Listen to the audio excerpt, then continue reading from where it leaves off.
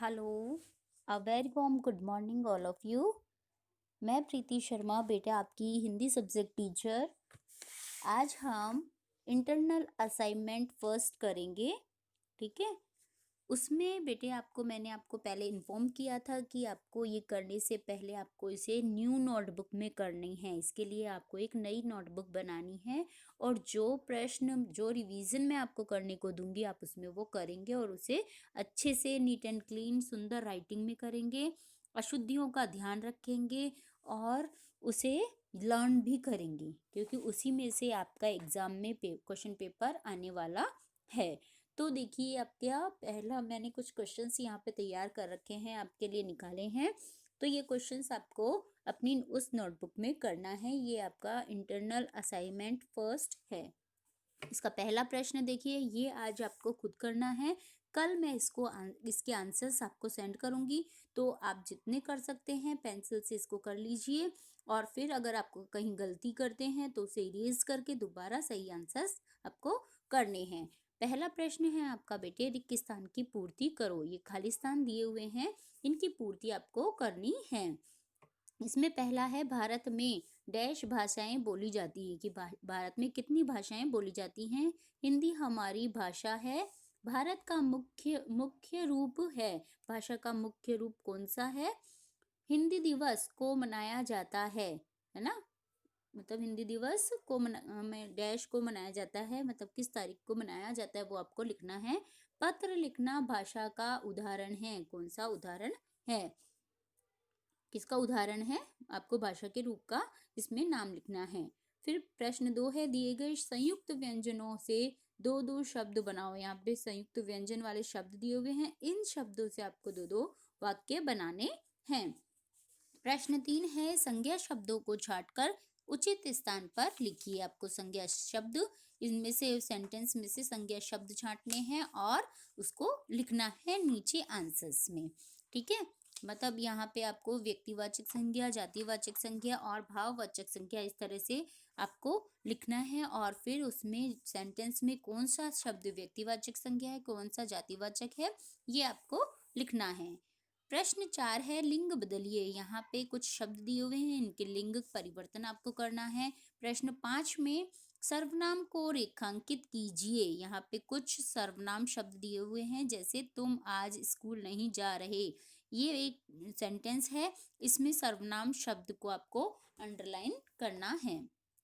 ऐसे ही बाकी हमारी किताबें नई हैं। आप मेरी बात सुनिए तो सही, उन्हें खाना पसंद बनाना पसंद है। तो ये कुछ शब्द दिए हुए हैं, इन पे आपको सर्वनाम शब्द में अंडरलाइन करना है। प्रश्न 6 है आपका, विशेषण शब्दों पर गोला लगाइए। इसमें आपको विशेषण शब्दों पर गोला लगाना है। मेरा घर बहुत सुंदर है। रिंकी की फ्रॉक लाल व हरी है। पपैया कितनी मधुर तान सुना रहा है। मुझे 2 किलो दूध चाहिए। यहाँ कुछ शब्द दिए हुए हैं। प्रश्न 7 है कि विलोम शब्द लिखिए। शब्दों के आपको विलोम शब्द लिखने हैं, ठीक है बेटे। एक ही शब्द लिखना है। यहाँ पे एक बाय मिस्टेक 2 लाइन खींची हुई है, आपको सिर्फ एक में ही विलोम शब्द लिखने हैं, ठीक है। दो दो पर्यायवाची शब्द लिखिए। यहाँ पे इन शब्दों के आपको दो दो पर्यायवाची शब्द लिखने हैं।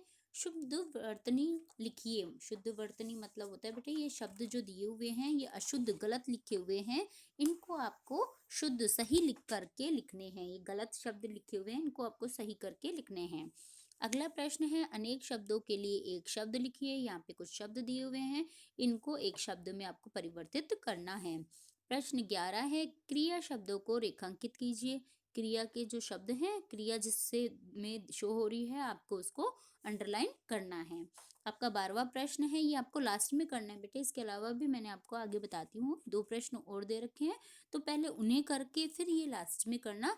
यहाँ आपको अनुच्छेद लिखना है, मेरा प्रिय मित्र या मेरा प्रिय खेल, इस विषय पर। इसके अलावा विलोम शब्द बेटे वो थोड़े कम थे, इसलिए मैंने विलोम शब्द कुछ और दिए हैं आपको। तो इन शब्दों के दुख, सही, अपमान, स्वच्छ, सूखा, भारी, अपना, रोशनी, इन शब्दों का भी बेटे आपको विलोम शब्द लिखने हैं, ठीक है। इसके अलावा एक प्रश्न और है, लिंग बदलिए। लिंग मतलब ये इनका आपको लिंग बदल के लिखना है। ठीक है, एक एग्जाम्पल में आपको बता देती हूँ। मोर का जैसे मोरनी होता है ना, लिंग चेंज करते हैं हम, वैसे ही आपको इन सबके लिंग बदल कर लिखने हैं। ठीक है बेटे, तो ये आपको पूरा असाइनमेंट्स आपको आज का आपका होमवर्क है, आपको करना है अच्छे से सुंदर सुंदर राइटिंग में न्यू नोटबुक में। इस बात का ध्यान रखना कि आपको ये एक नई नोटबुक के अंदर करना है, और ये नोटबुक आपको स्कूल में जमा करानी है ना। मैं आपको अगले वीडियो में जब इसके आंसर सेंड करूंगी तब मैं आपको बता दूंगी कि कौन सी डेट को आपको स्कूल में जमा करानी है। तो वो आप जमा करा के आएंगे और फिर मैं इस होमवर्क को मैं पूरा चेक करूंगी। ठीक है, चेक करने के बाद ये नोटबुक आपको वापस मिल जाएगी और आप इसे फिर लर्न करेंगे और इसी में से आपका क्वेश्चंस पेपर बनकर आएंगे।